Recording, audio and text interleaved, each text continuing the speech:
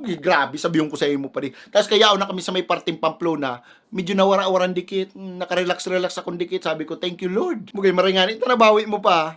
Tamang istorya na ulit ako duman sa Chiksay. Tapos habang nag-iistorya kami, bugay, bigla akong mapaatot. Tiyan na bata, sabihin ko sa imo, aircon pati si bas na tigsasakayan me. Ina niya, kasupog, bugay, makasupogon talaga. Uni pang mas nakakasupog. Tapos si atot ko pa di, may kaibahan ng tahok paluwas. Ina niya. Sabihin ko sa imo pa di ako nakahiro.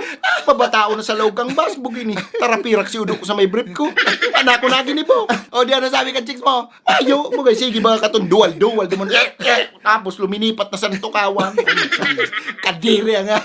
Bugay, garo kung binagsakan ng langit tsaka lupa pa di. Bugay, nagkakarapal na pati ang pando ko sa sobrang sopog. Bugay, di ko naaram ko anong gigibong ko. Garo na pati ako matunaw sa tinutukawang ko. Tapos, sarap pa sa problema ko kato, kung paano ako matindog sa tinutukawan ko. Once na to, minindog ako dumapadibog, ni kuroriyat yan pa di sa may hita ko. Kuroro yan pababa sa shirt ko, aram ko na.